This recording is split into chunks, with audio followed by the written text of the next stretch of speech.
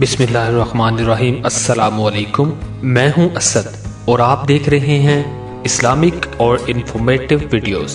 اسلام کا جلیل القدر سپہ سالار حضرت خالد بن ولید رضی اللہ تعالیٰ عنہ آپ کو جناب رسالت مآب صلی اللہ علیہ وآلہ وسلم نے سیف اللہ یعنی اللہ کی تلوار کا لقب عطا فرمایا تھا، اور واقعی آپ اللہ کی تلوار ہی تھے کہ جس میدان میں پہنچے فتح پائی۔ جسم کا کوئی حصہ ایسا نہ تھا جس پر تیر، تلوار یا نیزے کے زخم کا نشان نہ ہو، لیکن میدان جنگ میں لڑتے ہوئے شہید ہونے کی حسرت لے کر حضرت عمر فاروق رضی اللہ تعالیٰ عنہ کے زمانہ میں اس جہان سے رخصت ہو گئے۔ تو آئیے شروع کرتے ہیں۔ مکہ کے ایک ایسے گھرانے میں آنکھ کھونے والا بچہ جو اپنی دولت، سخاوت اور فہم و فراست کے حوالے سے جانا پہچانا جاتا تھا۔ اس بچے کے والد ولید کا شمار مکہ کے ممتاز افراد میں ہوتا تھا۔ وہ مکہ سے طائف تک پھیلے ہوئے بے شمار باغات کے مالک تھے۔ اہل مکہ انہیں العدل اور الوحید کے القاب سے پکارتے تھے۔ وہ عرب کا پہلا شخص تھا جس نے چوری کی سزا میں ہاتھ کاٹنے کی تجویز پیش کی، جو بعد ازاں اسلامی نظام میں بھی شامل ہوئی۔ فوجی مہارت میں ولید کا جواب نہ تھا۔ یوں اس بچے کو دولت اور مذکورہ خوبیوں کا سرمایہ ورثے میں ملا۔ بچے نے بڑے شاہانہ انداز میں پرورش پائی۔ اس کے باوجود اسے مردانہ کھیلوں اور فنون حرب و ضرب سیکھنے کا جنون تھا۔ اس نے گھوڑ سواری، شمشیر زنی اور تیر اندازی بچپن میں ہی سیکھ لی تھی۔ کشتی اور نیزہ بازی میں بھی اس کا کوئی ثانی نہ تھا۔ لوگ اسے میدان کا جادوگر کہتے تھے۔ ان خودرات صلاحیتوں کے مالک کا نام حضرت خالد بن ولید رضی اللہ تعالی عنہ تھا۔ میدان کھیل کا ہو یا جنگ کا، آپ اپنی ذہانت اور مہارت سے پانسا اپنے حق میں پلٹنے کے ماہر تھے۔ حضرت خالد بن ولید نے کشتی میں مکہ کے بڑے نامور پہلوانوں کو پچھاڑا۔ ایک بار مکہ میں کشتی کے مقابلے ہو رہے تھے۔ حضرت عمر فاروق، جن کا شمار شہر کے نامور کشتی لڑنے والوں میں ہوتا تھا، آپ کے مقابل تھے۔ دونوں ایک دوسرے کو پچھاڑنے کی بھرپور کوشش کر رہے تھے۔ مقابلہ کافی دیر جاری رہا اور فیصلہ نہیں ہو رہا تھا۔ اچانک حضرت خالد بن ولید کا داؤ چل گیا اور میدان حضرت خالد کے ہاتھ رہا۔ قبول اسلام سے پہلے حضرت خالد بن ولید اسلام کے سخت مخالف تھے۔ آپ اسلام اور مسلمانوں کو نقصان پہنچانے کی ہر ممکن کوشش کرتے اور میدان جنگ میں مسلمانوں کے خلاف پیش رہتے تھے۔ جنگ احد میں فتح یاب مسلمانوں کو شدید نقصان پہنچانے والے خالد بن ولید ہی تھے۔ ذہانت، حاضر دماغی، حالات کا تجزیہ کرنے اور جنگی حکمت عملی میں آپ کو کمال حاصل تھا۔ اسی ذہانت، معاملہ فہمی اور جنگی سوجھ بوجھ نے حضرت خالد کو کچھ عرصہ سے عجیب ذہنی کشمکش میں مبتلا کر رکھا تھا۔ یہ 628 عیسوی کا موسم بہار تھا۔ پودوں پر کلیاں پھول بن کر کھل رہی تھی، بازاروں میں رونق بڑھ رہی تھی۔ حج کا زمانہ قریب آ رہا تھا، اسی لیے عارضی دکانوں اور ٹھیلوں نے شہر میں چہل پہل بڑھا دی تھی۔ لیکن عجیب بات تھی کہ اس بار شہزادہ خالد کچھ اداس اور کھویا کھویا تھا۔ وہ شہر میں منعقد ہونے والے جسمانی اور جنگی کھیل تماشوں کے مقابلوں سے بالکل لا تعلق تھا، جن میں وہ ہمیشہ بڑھ چڑھ کر حصہ لیتا تھا۔ اس کی سوچ کا محور اسلام کی ہر روز بڑھتی ہوئی طاقت تھی۔ حضرت خالد بن ولید سوچ رہے تھے کہ اب تک اسلام کے مخالفین نے مسلمانوں کو میدان جنگ میں 28 بار للکارا ہے، لیکن اپنی تمام تر عددی برتری اور بہتر جنگی ساز و سامان کے باوجود ذلت اٹھائی۔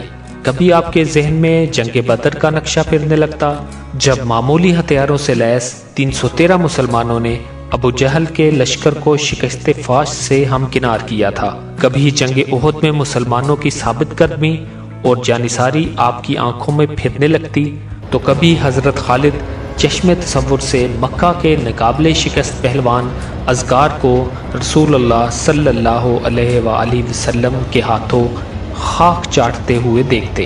آپ کا ذہن اور تجربہ بے سر و سامان مسلمانوں کی ان عظیم فتوحات کو سمجھنے سے قاصر تھا۔ کبھی کبھی آپ سوچتے کہ کیا مسلمانوں کے ساتھ کوئی غیبی طاقت ہے؟ کیا محمد صلی اللہ علیہ وآلہ وسلم واقعی اللہ کے رسول ہیں؟ اسی کشمکش میں کئی ماہ گزر گئے۔ صلح حدیبیہ کو 1 برس بیت چکا تھا۔ معاہدہ کے مطابق رسول اللہ اپنے جانثاروں کے ساتھ عمرہ کے لیے مکہ میں داخل ہوئے۔ حضرت خالد بن ولید الجھے ذہن کے ساتھ مکہ سے نکل گئے تاکہ وہ شہر میں مسلمانوں کے داخلے کا منظر نہ دیکھ سکے۔ مکہ میں 3 روز قیام کے دوران نبی کریم نے خالد بن ولید کے بھائی ولید رضی اللہ تعالی عنہ سے فرمایا، افسوس خالد میرے پاس نہیں آیا، اگر وہ آتا تو ہم اس کا پرتباہ خیر مقدم کرتے۔ خالد جیسے انسان کو اسلام سے دور نہیں رہنا چاہیے۔ ایک دوسری روایات کے مطابق رسول اللہ نے حضرت خالد بن ولید کے قبول اسلام کے لیے دعا فرمائی تھی۔ حضرت ولید نے اپنے بھائی کو بہت ڈھونڈا لیکن ان کا کچھ پتہ نہ چلا۔ آخر ولید نے اپنے بھائی کے نام ایک خط لکھ کر ایک شناسہ کے حوالے کیا اور درخواست کی کہ جب خالد آئیں تو یہ خط ان کو پہنچا دیا جائے۔ دوسری طرف خالد بن ولید کے دل کی کیا حالت تھی اور بھائی کے خط نے کیا کمال دکھایا، اس حوالے سے خود حضرت خالد بن ولید فرماتے ہیں، میں اکثر سوچا کرتا تھا کہ مجھے پیغمبر اسلام کے خلاف ہر جنگ اور ہر محاذ پر ناکامی کیوں ہوتی ہے۔ پھر آہستہ آہستہ میرے دل میں یہ خیال تقویت پکڑتا گیا کہ کوئی غیبی طاقت میرے دل میں محمد صلی اللہ علیہ وآلہ وسلم کے لیے جگہ بنا رہی ہے۔ پیغمبر اسلام جب عمرہ کے لیے مکہ میں تشریف لائے تو میں وہاں سے نکل چکا تھا، جس پر میرے بھائی نے مجھے خط لکھا جس میں تحریر تھا، مجھے تعجب ہے کہ تم اسلام سے اس قدر نفرت کرتے ہو، حالانکہ تمہارے جیسا عقل مند آدمی کبھی اسلام سے دور نہیں رہ سکتا۔ میرے بھائی، گمراہی کے اندھیرے سے نکل کر حق کی روشنی میں چلے آؤ۔ بھائی کا خط پڑھ کے میرے دل کی حالت بدل گئی اور میں رسول اللہ کے حضور میں حاضر ہو کر قبول اسلام کرنے کو بےتاب ہو گیا۔ حضرت خالد بن ولید کے دل کو کسی پل چین نہیں تھا۔ آپ نے مکہ کے کئی بااثر افراد کو حال دل سنایا، لیکن کسی نے قبول اسلام کے حوالے سے آپ کی حوصلہ افزائی نہیں کی۔ پھر آپ نے دل کا حال حضرت عثمان بن طلحہ کو سنایا، وہ قبول اسلام کے لیے آپ کا ساتھ دینے پر راضی ہو گئے۔ یوں حضرت خالد اور حضرت عثمان حضور اکرم صلی اللہ علیہ وآلہ وسلم کی خدمت میں حاضر ہونے کے لیے مکہ سے مدینہ روانہ ہو گئے۔ راستے میں ہدا کے مقام پر ان حضرات کی ملاقات حضرت عمر بن عاص سے ہوئی جو حبشہ سے آ رہے تھے۔ انہوں نے حضرت خالد بن ولید سے پوچھا، ابو سلیمان کہاں کا ارادہ ہے؟ حضرت خالد نے بتایا کہ وہ قبول اسلام کے ارادے سے مدینہ جا رہے ہیں۔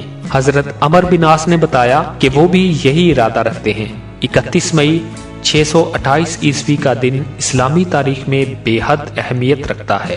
اس دن اسلام کے 2 عظیم جرنیل خالد بن ولید اور عمر بن عاص عثمان بن طلحہ رضی اللہ تعالی عنہ کے ساتھ مدینہ منورہ میں داخل ہوئے۔ سب سے آگے حضرت خالد بن ولید، ان کے پیچھے عمر بن عاص اور ان کے بعد عثمان بن طلحہ تھے۔ حضور اکرم صلی اللہ علیہ وآلہ وسلم نے انہیں دور سے آتے دیکھا تو تبسم فرمایا اور اس وقت تک مسکراتے رہے جب تک یہ تینوں حضرات آپ کے پاس نہیں پہنچ گئے۔ انہوں نے آ کر خدمت اقدس میں سلام عرض کیا اور کلمہ پڑھ کر مسلمان ہو گئے۔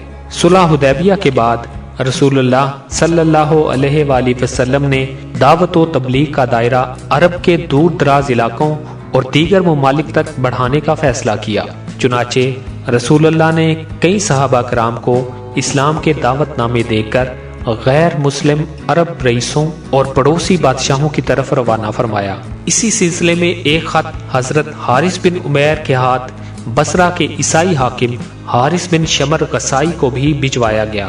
جب حارث بن عمیر بلقا کے علاقہ موتا پہنچے تو یہاں کے عیسائی حاکم شرجیل بن عمر نے آپ رضی اللہ تعالی عنہ کو گرفتار کر لیا اور سفارتی آداب و اخلاقیات کی دھجیاں اڑاتے ہوئے حضرت حارث کو بے دردی سے شہید کر ڈالا۔ جب حضرت حارث بن عمیر کی شہادت کی خبر آپ صلی اللہ علیہ وآلہ وسلم کو پہنچی تو آپ بے حد دکھی ہوئے۔ آپ نے حضرت زید بن حارث کو 3000 مجاہدین کے ساتھ حضرت حارث کے خون کا حساب لینے کے لیے موتا کی طرف روانہ فرمایا۔ ناظرین، اس سے آگے کا واقعہ انشاءاللہ اگلی ویڈیو میں بتایا جائے گا۔ تب تک کے لیے مجھے اجازت دیجیے۔ اللہ حافظ۔